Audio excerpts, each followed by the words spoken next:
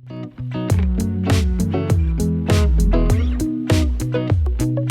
talk about lavender!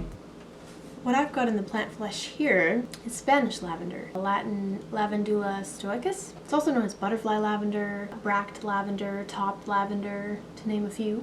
I'm going to talk a bit about Spanish lavender, give it a teeny profile, and then I'm going to talk about how to seed it, because it's a little bit strange.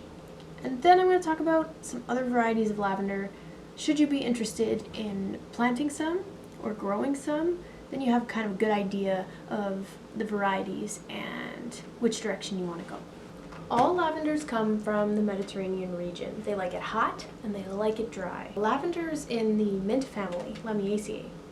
And side note, any plant in the mint family will have a square stem. It might not look like much, but when you roll the stem between your fingers, you can tell if it's circular or if it's square. And when you're identifying plants, if you find that square roll, you know that you're dealing with the mint family plant. Lavender foliage and flowers are edible. They're just very strong. Some would say soapy. If you see them dried, most likely what you're seeing is an English variety of lavender or a lavandin hybrid, but we'll get into that. Lavandula stoechas, or Spanish lavender specifically, is known to have really fragrant foliage. Usually you get a smell from the flower, but this foliage is very scented. When I brought mine indoors, I definitely noticed. I would walk by and just get whiffs of lavender. It was really nice. The other big distinction with Spanish lavender is the way that it flowers. It has these, there's a dried up one here, they're called bracts. They're kind of like mini pineapples, if you will. The teeny little flowers bloom up along here, and then there's a couple showy petals at the top. Some people call those leaflets at the top rabbit ears. And the teeny little flowers that grow along the bract usually start out white, but they can be pink or purple depending on the variety that you plant. Once the bract dries up, you can pull it off. Like I could pull this guy off right here and save the seed that's inside. If it's brown and dry, you know it's mature and that the seeds are viable. Seeding lavender can be a little bit tedious. A lot of people tend to just buy the plant, but it's really fun to grow from seeds, so I'm going to do a little blurb on seeds. The seeds, the lavender seeds, they're really thick. The seed coat is very strong, so what you can do is something called scarification, where you're actually using sandpaper or something rough. I've only ever used sandpaper to break down that seed coat a bit and just kind of boost your chances of successful germination. So what I do is I line a jar with sandpaper, put the seeds in. You can double-sided tape the sandpaper to try and secure it, and then you shake the jar really vigorously with the seeds and a lid on top, and even just the seeds hitting up against that sandpaper helps to break down that really hard coat. And some people will do not scarification but stratification if they're seeding lavender, because it can be a perennial.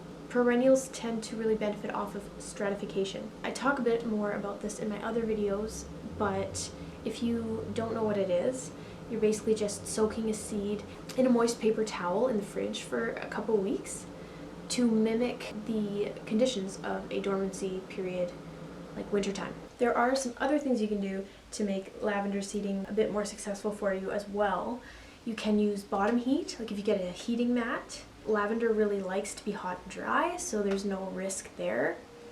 And it may speed up your germination rate as well. Some people really like to bottom water just to make sure that they're not drenching the soil too much. I usually just mist with a spray bottle, but I don't overdo it, and I make sure that my soil is well draining, or really well draining potting mix. You don't want any water sitting in that soil with lavender, ever. Also, to make sure that your seedlings or seeds that are waiting to germinate are in a super sunny window. So just barely cover them. That sunny light is really going to help as well. You should start 6 to 8 weeks before your last frost indoors. Don't transplant outside until temperatures are steadily above 10 degrees Celsius. Okay, lavender doesn't like to be cold. It's kind of finicky like basil, for me anyways, in my zone. I have a lot of trouble growing lavender. I think the biggest mistake people make with lavender is that they overwater it. And usually they think there's something wrong if it's looking a little bit dried up or sad. and they think they're not getting enough water to the plant, when in actuality it's just not getting enough sun or the weather conditions are not to its liking. Water is usually not the problem. Let's talk about some different lavender varieties. This is a Spanish lavender, and I showed you the photo of what it looks like in bloom, but here it is again. And here's a photo of English lavender variety. English lavender is Lavandula angustifolia, or true lavender it's sometimes called, common lavender. It's the one that's used a lot for essential oil production. Here's a photo of a lavandin. A lot of people hear that term and get confused, and really all it is just a general term for a lavender hybrid. Okay, so you've crossed a couple original lavenders together, and now they have new characteristics and traits. So what, Jacqueline? Why do I have to know about these different lavenders? You haven't really told me anything at all. I have a few questions for you, okay? The first question is, why do you want to grow lavender? And the second question is, what region or garden zone do you live in? Because those are two really important things to know if you're going to pick a variety of lavender. Why do you want to grow lavender? If it's for the smell, I recommend an English lavender. The smell is just very complex and sweet. It's a little more delicate. The Spanish scent is also nice, but it's not quite as floral, which makes sense because a lot of the smell comes from the silvery green foliage in the Spanish lavender. So for smell, both good, but I'd lean towards an English variety. Some English varieties that are really popular are Munstead and Hidcote. You'll see those a lot, but there are more, and any of those would be similar in the scent quality. Lavandula intermedia, that's a Latin hybrid. A lavandin, like we talked about.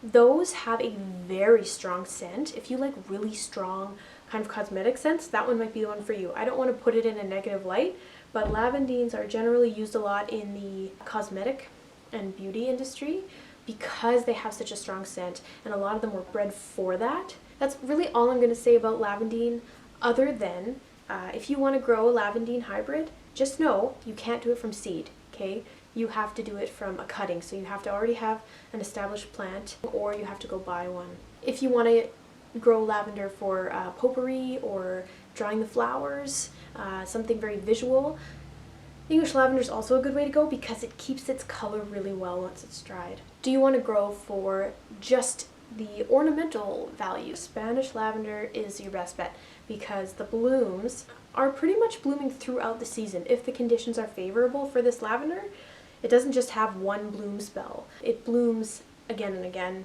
from early summer until frost. English lavender will probably bloom once, and then if it's really happy, it'll have a second flush, but definitely doesn't bloom as much as Spanish lavender. Okay, the other question about your growing region and what zone you live in. It's important for lavender because lavender can be very tender, and here's the thing. If you live in a zone lower than 8, you probably want to go for an English variety. They're just a lot hardier and they can handle colder temperature fluctuations. So the Munstead variety or the Hidcote variety that I already mentioned, those are really good ones to start with if you live in a colder zone. If you live in a wet, cloudy zone, just don't grow lavender. It would be really hard. No, I'm just kidding. Do it if you want to, but it would be hard. I mean, you can do any of the varieties in a container, okay? That's what I do, and then I just take it inside once the weather gets cold or if I know there's going to be a huge rain shower. Pro of container gardening. Let's talk a bit about containers with lavender. You want to make sure that your container isn't too big, so big that the water's not able to really go through the soil and drain out. You don't want it so big that it's just going to sit there because lavender hates that. Not so small that the roots can't spread out and grow. Pick a container with a lot of drainage, okay? Not one of those cheap ones with like a stupid little tiny hole at the bottom, or all those ones that don't have any holes. Why? Why do they make plant pots without drainage holes? It drives me nuts. Make sure there's lots of drainage holes. Maybe even make some extras, or you can put some rocks in the bottom, and make sure that your potting mix or your soil is a well-draining one. This is key. lavender needs at least 6 hours of full sun a day, okay? Has to be in a sunny area or it's not going to be happy. It'll just wither up and dry up and die. Don't water it. Don't water it until it's absolutely dry. Stick your finger in there, and if the whole inch is dry, give it a good thorough water to make sure that the water drains through. And don't be like, oh, it only needs a little water. Lavender hates water. That's not what the thing to do is. You have to water enough that the plant gets a thorough water. The water drains out the bottom and doesn't sit in the soil, and then you leave it until it's all dry again. It's a very drought tolerant plant. Here's the Spanish lavender seed I saved from my plant. You can see there's a lot of chaff here. It's just the husks and stuff that come off with the seed, but the seeds, just little hard round guys here. And if you took a magnifying glass to that seed coat, you might have a better idea of how hard it really is. Okay, good luck. I know I just made that seem like a ridiculous process, but lavender's so fun to grow. Try it. Ask me any more questions too about varieties. There's lots of varieties out there. I only just mentioned a few. This is where I would insert like a famous lavender song and do a little dance, but I can't, so I'll do a spoken word. Lavender, lavender, lavender, mothers love it. Lavender, lavender, bees and babies love it. Lavender, lavender, lavender, mix it with chamomile. Lavender, lavender, lavender, you can stay a while.